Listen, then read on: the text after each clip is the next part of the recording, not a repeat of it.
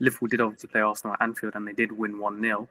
But the game was a very boring game. There wasn't really much to it. And then the 3 points were ultimately taken by a moment of magic from Dominic Szoboszlai from the free kick. And in the context of the title race, it's only the third game of the season, but everyone believes that Arsenal will be Liverpool's biggest challengers. And to get the win at this early stage of the season, especially heading into the September international break, how significant of a win could that be? Yeah, I think it feels massive in terms of, just kind of narrative, really, and kind of, everyone was talking about, Liverpool have had this transition. Arsenal have done really smart business. Did they end up spending more net than Liverpool in the transfer window, which is, it's kind of gone under the radar for all the talk about Liverpool spending, that Liverpool made a lot of big sales. Arsenal just added to their squad. So, been a lot of talk about them kind of being, they've got a settled side. They can maybe be favourites for the title, and yet they turned up to Anfield and it's kind of not happened for them. Now, there is such a long way to go, but I thought, the Arsenal performance, you wouldn't find it particularly encouraging if you were an Arsenal fan, because the idea was that they were supposed to kind of kick on to the next level, that they were supposed to be a little bit more expansive this season, and that's how they improved on last season. And I didn't really see any of that. And Liverpool kind of hung in there in the tough moments, and then for me started to push, and with the one team kind of trying to win the game in the end. And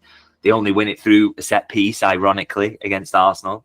But I think they deserve to do it, and it's a moment of immense quality. And it may be early stages, but any point you can get a lead over Arsenal is a good time to do it. And so they have that little 3-point cushion now, and they'll hope to kind of keep hold of that till the end of the season. So, but primarily it's almost kind of dealing a mental blow to Arsenal of, can you get over the line in these tight games? And they fail to do so. So, yeah, a good day for Liverpool, and probably not a good one for Arsenal. But as I say, still a long way to go as well.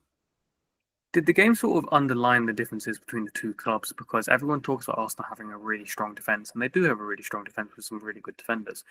But obviously the Alex Ferguson quote where it's, defence wins titles, whereas attack wins games. That hasn't really proven to be the case over the recent years, because I think it's something like 8 or 9 of the last Premier League titles have been won by the team with the best attack, not with the best defence. And with Arsenal's intention to, say, leave Anfield with a draw, whereas Liverpool, yes, they were frustrated by Arsenal, but there were still intentions of attacking and trying to score goals. So does the game really just, like I was saying, that underline the difference between the two clubs in the title race?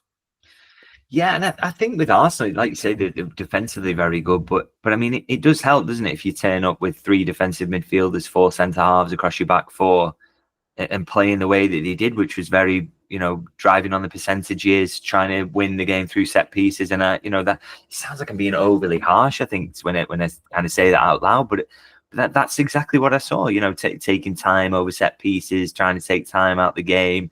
Little niggly fouls or kind of even half fouls where someone would get the other side of them, and you're just holding the shirt just long enough that they don't give a foul away, but they're slowing you down and stopping the game having any flow or rhythm, and just trying to stop a football match breaking out, really. And I just, with Arsenal, they're obviously very, very good, and Liverpool have had some good games against them in recent years, and Arsenal finished ahead of them a couple of seasons on the bounce before last season.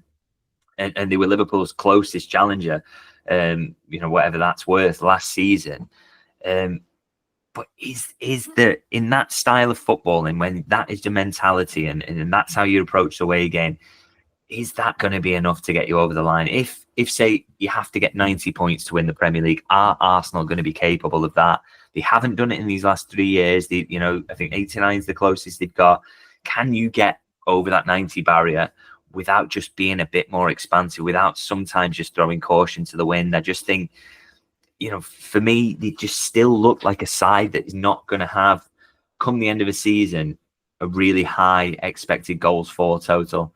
And I think that was the biggest problem last year. I think attack, outside of kind of, you take those last 3 seasons as a whole, really, outside of one of those seasons, which was maybe the first of them, attacking wise, the question marks is just still there for me.